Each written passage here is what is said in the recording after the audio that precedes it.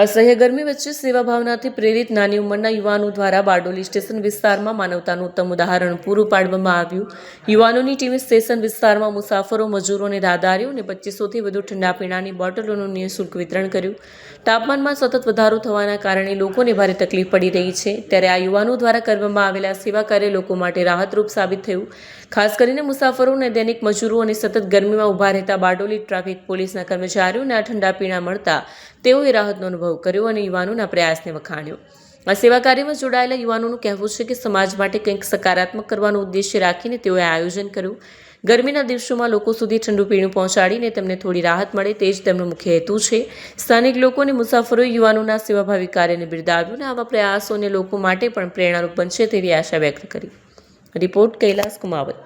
નમસ્કાર, મારું નામ હર્ષ ધર્મેન્દ્રભાઈ મિસ્ત્રી. આ એક નાનો કાર્યક્રમ આજે રાખવામાં આવ્યું હતું. લોકોને ધૂપમાં રાહત મળે તે બદલ અમે એક આ જ્યુસનું કાર્યક્રમ રાખેલું હતું. તેની અંદર અમે આખો અમારો ફ્રેન્ડ સર્કલ બહુ સારી રીતે આ કાર્ય કરી રહ્યું છે. એ બદલ આભાર.